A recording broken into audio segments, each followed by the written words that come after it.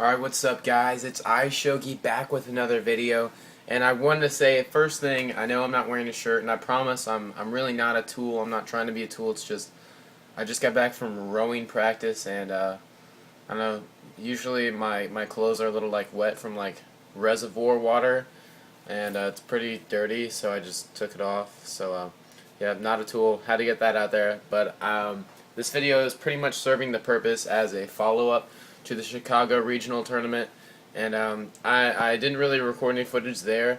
I do have one photo that will be the thumbnail of this video, probably why you clicked, but I will be showing you guys some prizes and whatnot that I got, starting pretty much with the badge that I got. I'll go ahead and take it off for you guys, but the tournament, it was pretty well run, honestly. It went very smoothly, unlike the one at Gen Con that I went to. There were no technical errors with quotes when running the tournament, and we'll get to all my other prizes that I got during the day. And I'd like to preface this by saying I did get 6th overall, and the tournament registration started at 9:30 for those who hadn't registered. There was a separate line, and then I had pre-reg, so I walked in, checked in, got my lanyard, got my Bushy Road stuff, and I happened to be number 111, and that was one of the signs I thought I was really going to do well in the tournament. And another thing, my lucky number is 36, and our room was 218. 2 times 18 is 36. And then on our way here, my friend showed me his phone. He said, "Look, we're so close," and said 36 minutes away, and so much stuff. But the promo you got for entering the tournament was the Graphite Cannon Dragon, and that is Kagero. I think it's the Counterblast 3000. Yeah, the lighting is, I know it's kind of bad in my room. I got blisters on my hand. Don't judge me, rowing. But first round, I actually played someone from Indiana that I happened to know, and I was really mad because I had to play him. He was playing MLB and actually did end up squeaking out the win. And it was just, I got Pellinore off on turn 2. I'll go ahead and leave my deck list in the description. I have a video of the rough draft of my deck list, but I made a few more changes before I went there, and it performed really well.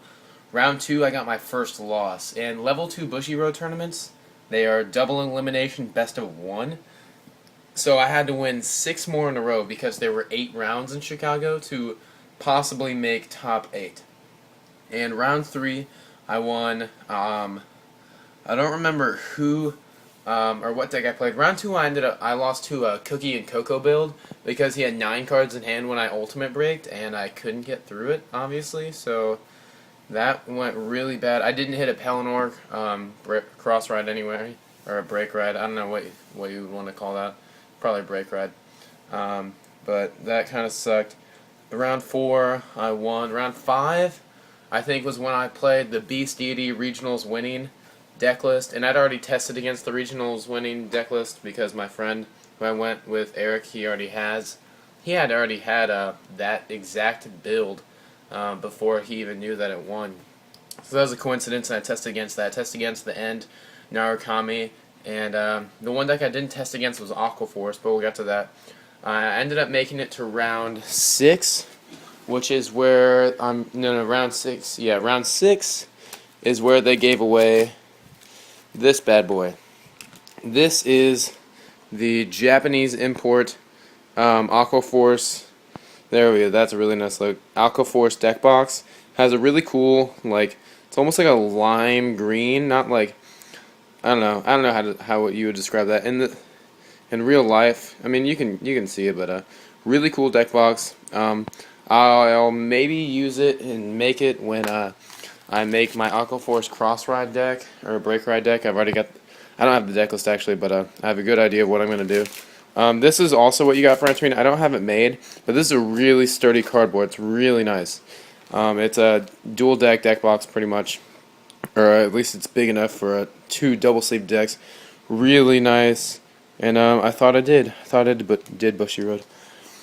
And round 7. These are just 3 cards I traded for in the tournament. Traded like 3 starter deck cards for like these, because he's like, I need these for my deck, and I was like, what rares do you have? He's like, just take these, and I was like, fine. They actually gave you all 5 free fight promos.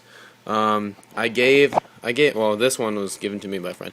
I gave 2 of them away to one of the guys that I card pooled with, because I was like, I'm really never, ever going to run Shadow Paladins.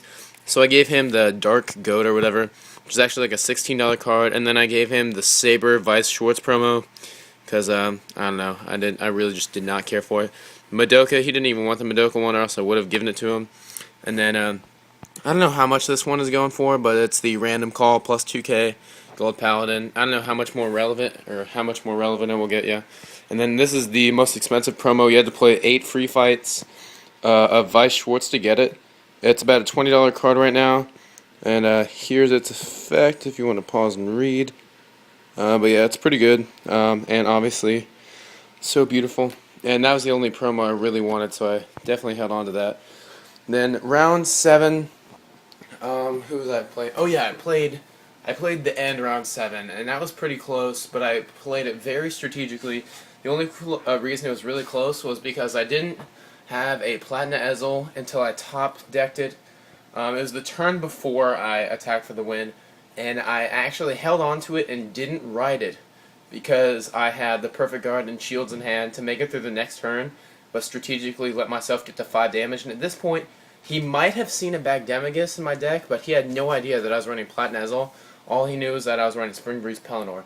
So I let him get me to 5 damage. I rode Platina Ezel and Ultimate Break for an overwhelming victory, and that was pretty epic. In round 8, I went up against my first Aqua Force deck of the day, and I ended up getting a Pellinore on there, and I got him to 5 damage turn 2, and then I won the next turn, so that was great.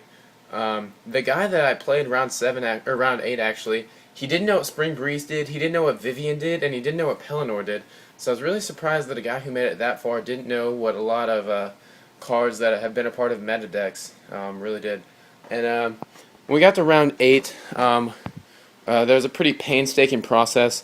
And I'm going to be completely honest, guys, if you've been to tournaments, unless you've broken top 8 at any stand-up cup, team tournament, anything, they get about 30 times more strict. And they literally made everyone who made top 8 re-sleeve their decks. I re-sleeved into brand new Bushy Road sleeves, and then 4 of those sleeves were too imperfect to play with, so I had to use all 4 extra sleeves to re-sleeve those sleeves. Yeah. And then they hold on to your decks and put them at the table for you to play with. And then I shuffled, and I played this guy, and I'm going to try... I'm not super salty about it. I'm actually a firm believer in fate, and I was trying to figure out why I lost for all yesterday and the car ride back, and I finally figured that I actually was beat by the guy that ended up winning Chicago, and I just figured I would have gotten back at about 3 a.m. yesterday. I probably wouldn't have gone to school, or I would have gone really late, and I had a test yesterday. I had 2 tests today.